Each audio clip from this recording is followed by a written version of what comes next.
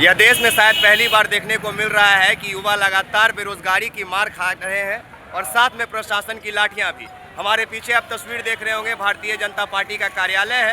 कार्यालय के गेट पे लिखा हुआ है कि जेपी नड्डा का स्वागत भारतीय जनता पार्टी करती है, क्योंकि आज जेपी नड्डा साहब आए थे।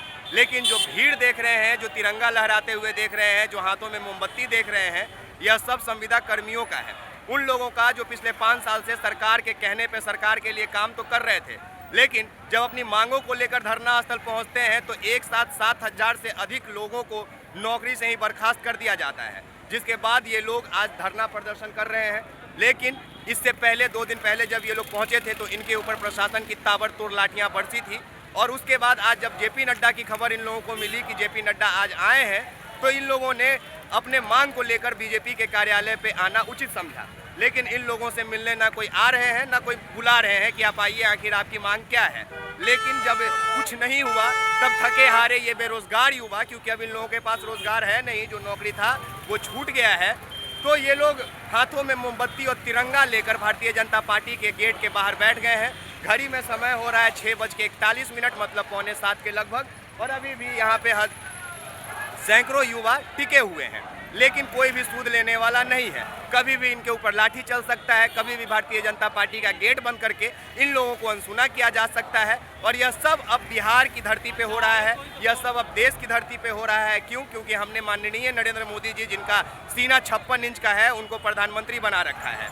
जो बात तो करोड़ों की करते हैं, लेकिन हजारों लोगों की बात सुनने से उनको परहेज हो जाता है। वो इनकार कर देते हैं अपने युवाओं की बात सुनने से। ये जो तस्वीर आप देख रहे हैं, ये अपने आप में एक कहानी है साहब। कहानी इस बात की कि देखिए कैसे कोई किसी पार्टी के गेट पे खड़े होकर देश का युवा, देश का भविष्य अपनी मांगों को लेकर तिरंगा के साथ मोमबत्ती लेकर बैठता है, लेकिन उसके लिए दरवाजे नहीं खोले जाते हैं। उनका कोई सूद लेने नहीं आता है, प्रशासन की मौजूदगी कर दी जाती है, क्योंकि यहाँ पे किसी देश के युवा के भविष्य से ज़्यादा किसी पार्टी के कार्यालय का बचाव करना ज़्यादा जरूरी है। लेकिन यहाँ भविष्य का बचाव नहीं किया जाएगा। ये जो आप प्रशासन देख रहे हैं, ये लोग कभी भी अपने हाथों में लिए लाठी का प्रयोग इन लोगों को तितर बितर करने के लिए कर सकते हैं। लेकिन ये लोग, पहले हम आपको बता दें कि अमूमन 25 दिन से गर्दनी बाग के धरना स्थल पे बैठे थे। ये वो लोग हैं जो सरकार के लिए अमीन का काम कर रहे थे, जो पोजीशन वाइज जूनियर इंजीनियर और ग्रेजुएशन कंप्लीट करके, ये लोग स्नातक कंप्लीट करके नौकरी लिए हुए थे।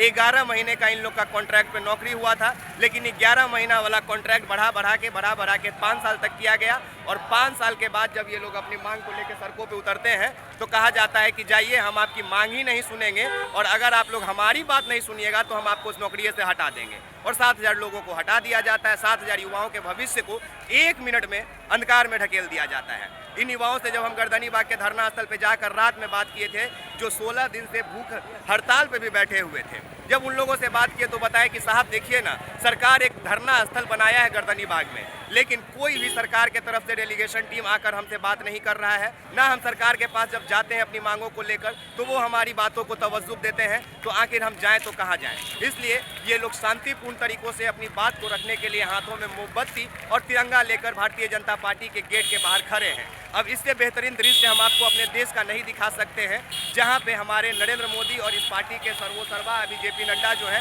वो जिस दिन आते हैं उसी दिन युवाओं को अनदेखा किया जाता है। क्यों? क्योंकि वो अपने भविष्य को लेकर कुछ कहना चाह रहे थे उन नेताओं से। बाकी आप इस बदलते देश के बारे में क्या सोचते हैं, अपनी प्रतिक्रिया जरूर दीजिएगा। आप तमाम लोगों का बहुत शुक्रिया, और शुक्रिया एक बार नीतीश कुमार आप कि आपकी प्रशासन इतना एक्टिव है कि आपके एक इशारे पे हजारों लाठियां इनके ऊपर ताबड़तोड़ चलाने से पीछे नहीं हटती है। धन्यवाद।